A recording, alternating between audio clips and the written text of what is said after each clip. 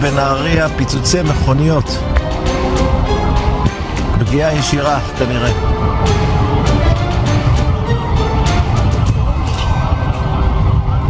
וואי, וואי.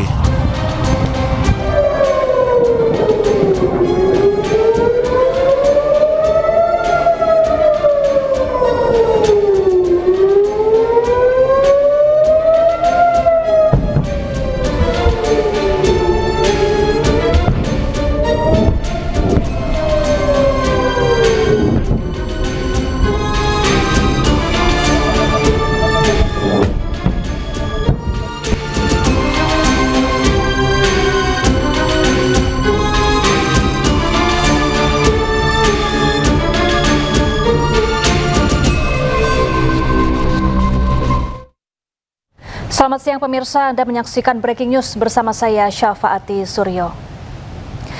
Pemirsa, Israel kembali melancarkan serangan udara mematikan di Taibieh, Lebanon Selatan.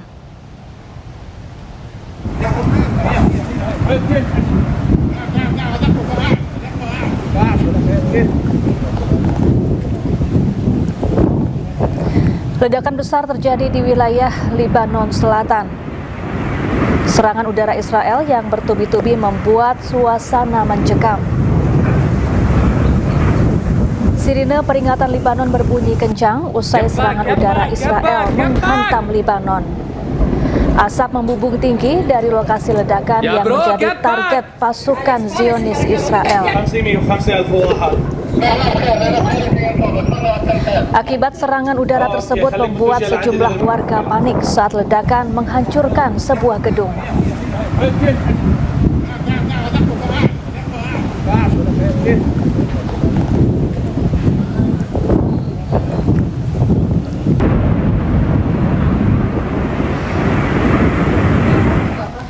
Pemirsa, 3 petugas medis Lebanon tewas setelah diserang oleh Israel. Lebanon pun mengutuk serangan tersebut karena melanggar hukum internasional.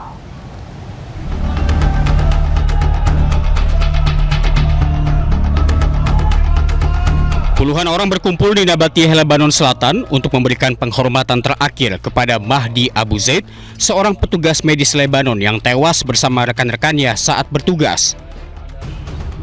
3 petugas medis tewas dan 6 lainnya terluka dalam serangan yang diduga dilakukan Israel di kota Maifadoun. Para pelayat melakukan sholat jenazah dan membacakan ayat-ayat Al-Quran sebelum jenazah dimakamkan. من جديد يعني يثبت للعالم أن إسرائيل هي لا تراعي أي معايير وأي احترام للمواثيق الدولية. اليوم عم نزف شهيد كان عم يؤدي واجب إنساني. Sejak 2 Maret, 42 petugas medis tewas akibat serangan Israel.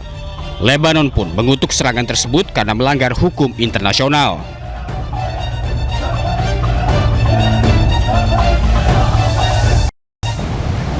Sebelumnya, militer Israel menyerang petugas medis di Lebanon. 3 serangan bertubi-tubi datang meski tim medis dan warga sipil yang terluka sudah ada di dalam ambulans.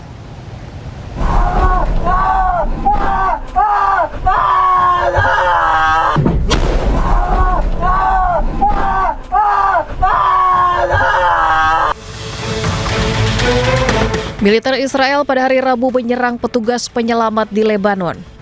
4 petugas medis tewas dan 6 orang lainnya luka-luka dalam 3 serangan beruntun yang dilancarkan Israel.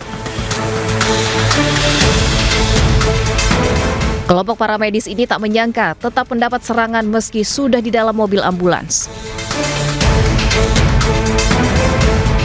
Serangan beruntun Israel di desa Maifadoun Selatan dekat kota Nabatiyah yang lebih besar menghantam kelompok pertama petugas medis yang menanggapi panggilan darurat dari warga sipil yang terluka.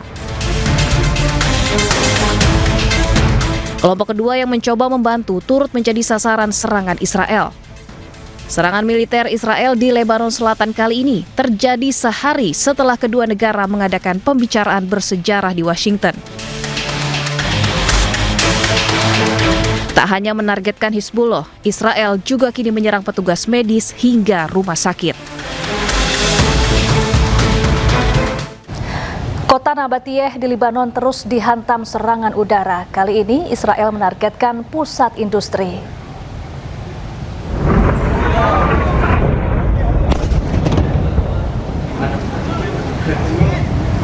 Rekaman video merekam detik-detik saat Israel menyerang kota Nabatiyeh, Lebanon. Israel menargetkan zona industri dan sekitar supermarket Taufir di Jalan Nabi Berri. Kali ini serangan menghantam kota Kfarman, Arnon, Aba, dan Yahmor al-Shakif. Serangan terjadi sebelum Israel dan Lebanon sepakat untuk melakukan gencatan senjata.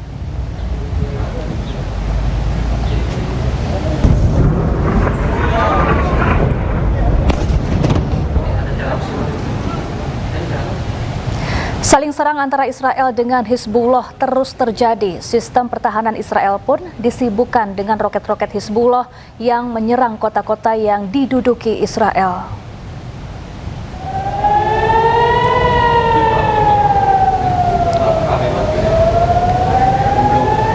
Roket-roket Hizbullah menghujani kota Nahariyah yang diduduki oleh Israel. Sirine pun terus berbunyi tanpa henti saat rudal memasuki langit kota Nahariyah. Sistem pertahanan milik Israel Iron Dome pun terus dikerahkan untuk mencegah rudal-rudal ini jatuh di kota Nahariyah.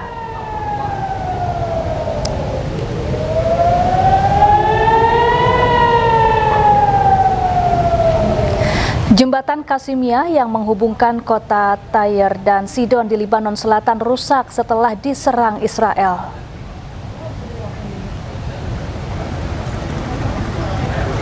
Kantor Berita Nasional Lebanon melaporkan 2 drone Israel menghancurkan jembatan tersebut.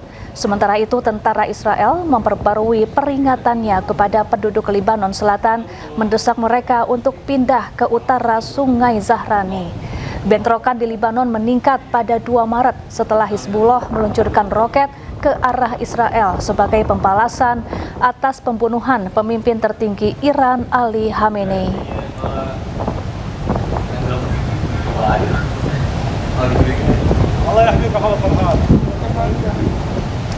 Pemirsa, gencatan senjata antara Israel dengan Lebanon resmi berlaku. Kali ini gencatan berlangsung selama 10 hari.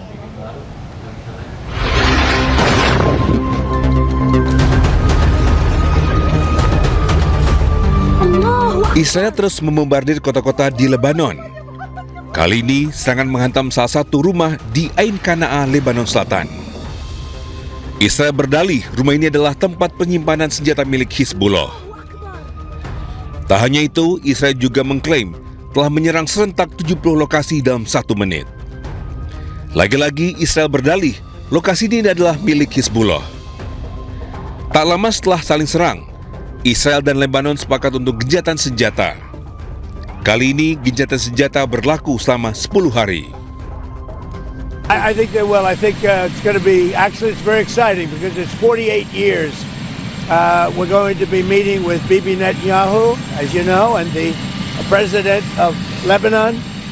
And I had a great talk with both of them today. They're going to be having a ceasefire, and that'll include Hezbollah. And I think it could be number 10 for me. Sebelumnya, negosiasi damai antara kedua negara sempat digelar pada 15 April lalu. Dalam perundingan yang digelar di Amerika Serikat, belum menghasilkan solusi. Akhirnya, pertemuan dilanjutkan di Amerika Serikat dan kedua negara sepakat untuk gencatan senjata. Sementara itu, Perdana Menteri Israel Benjamin Netanyahu tegaskan Israel tidak akan menarik diri dari Lebanon. Namun Israel siap berunding selama Lebanon bersedia melucuti senjata Hizbullah. יש לנו הזדמנות לעשות הסכם שלום היסטורי עם לבנון. הנשיא טראמפ מתכוון להזמין אותי ואת נשיא לבנון כדי לנסות לקדם את ההסכם הזה. ההזדמנות הזאת קיימת משום שמאז מלחמת התקומה אנחנו שינינו עד היסוד את מאזן הכוחות בלבנון. אנחנו הפעלנו את הביפרים, אנחנו חיסלנו את מצבור הנשק העצום של 150,000 רקטות וטילים שנסראללה הכין להחריב את ערי ישראל. אנחנו חיסלנו את נסראללה. והמאזן הזה השתנה בצורה כזאת שהתחלנו לקבל קריאות מלבנון בחודש האחרון לקיים שיחות שלום ישירות בינינו לבינם, דבר שלא היה למעלה מ-40 שנה. אני נעניתי לקריאה הזאת, והסכמתי לפסק זמן, או יותר נכון, להפסקת אש זמנית של 10 ימים, כדי לנסות לקדם את ההסכם שהתחלנו לדון בו עם פגישת השגרירים בוושינגטון. לשיחות השלום האלה יש לנו 2 דרישות יסודיות. 1, פירוק חיזבאללה מנשקו. 2, הסכם שלום בר קיימא, שלום מתוך עוצמה. כדי להשיג את הפסקת האש, חיזבאללה התעקש על 2 תנאים.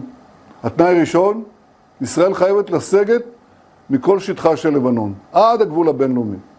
תנאי שני, הפסקת אש במתכונת שקט תמורת שקט. לא הסכמתי לא לזה ולא לזה, ואכן 2 התנאים האלה אינם מתקיימים. אנחנו נשארים בלבנון ברצועת ביטחון מעובה. זה לא 5 הנקודות שהיו לפני שהגת הארי. זה רצועת ביטחון שמתחילה בים וממשיכה עד הר דוב ומבואות החרמון עד גבול סוריה.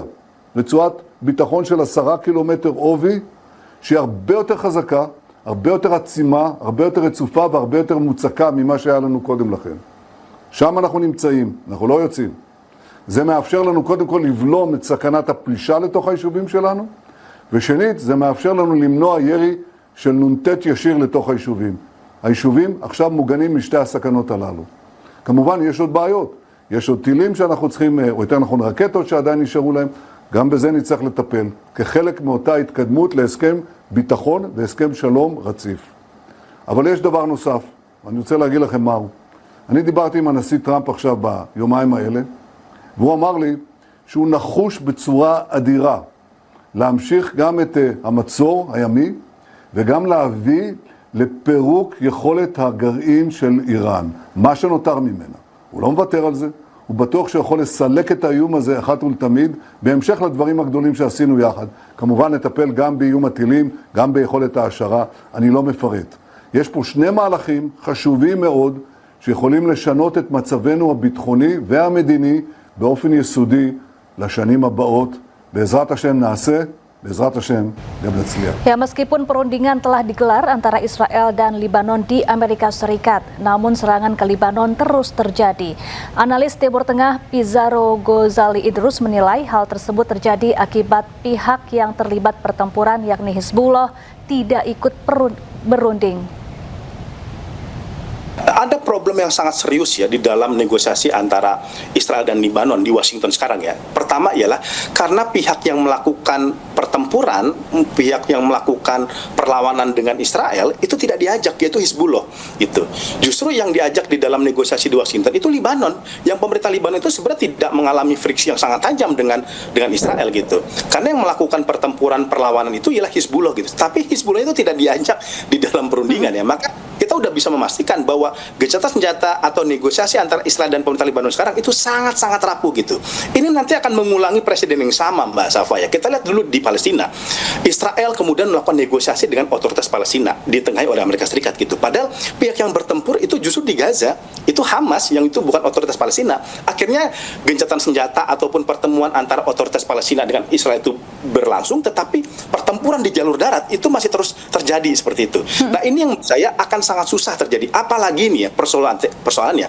Ini kan negosiasi antara Libanon dengan Israel itu bukan kali ini pertama aja berlangsung. Tahun 80-an pernah, tahun 91 di Madrid pernah. Tapi problematikanya ialah ketika Libanon mencoba menahan diri untuk tidak melakukan perlawanan, Israel itu terus melakukan agresi di wilayah Libanon Selatan. Yang akhirnya itu membuat berbagai macam negosiasi yang dilakukan itu selalu buntu. Karena Israel juga sangat keras. Dia bukan hanya menyerang Libanon Selatan, dia punya pikiran itu untuk mencaplok Libanon Selatan. Itu untuk menjajah Libanon Selatan. Persis seperti yang dia lakukan di jalur Gaza. Dulu klaimnya hanya memerangi Hamas, tapi dia punya visi ialah bagaimana betul-betul menduduki jalur Gaza. Kalau udah niatannya seperti ini, kalau sudah itikadnya kayak gini, pasti Hizbullah tidak akan pernah berdiam diri. Karena Libanon Selatan itu wilayah basisnya Hizbullah. Kekuatan mereka tuh ada di situ gitu, sampai kemudian kepada wilayah Beirut gitu. Maka ini kan hidup matinya Hizbullah tuh Libanon Selatan. Selatan. Ketika invasi dan serangan masih terus dilakukan, maka selama itu pula dia masih akan melakukan perlawanan. Dan jangan lupa Mbak Safa, konstelasi di Lebanon ini tidak hanya melibatkan wilayah Lebanon, ada Iran, ada Palestina. Dulu tahun 2024, Hizbullah melakukan serangan kepada Israel, itu sebagai respon Israel melakukan serangan pada jalur Gaza.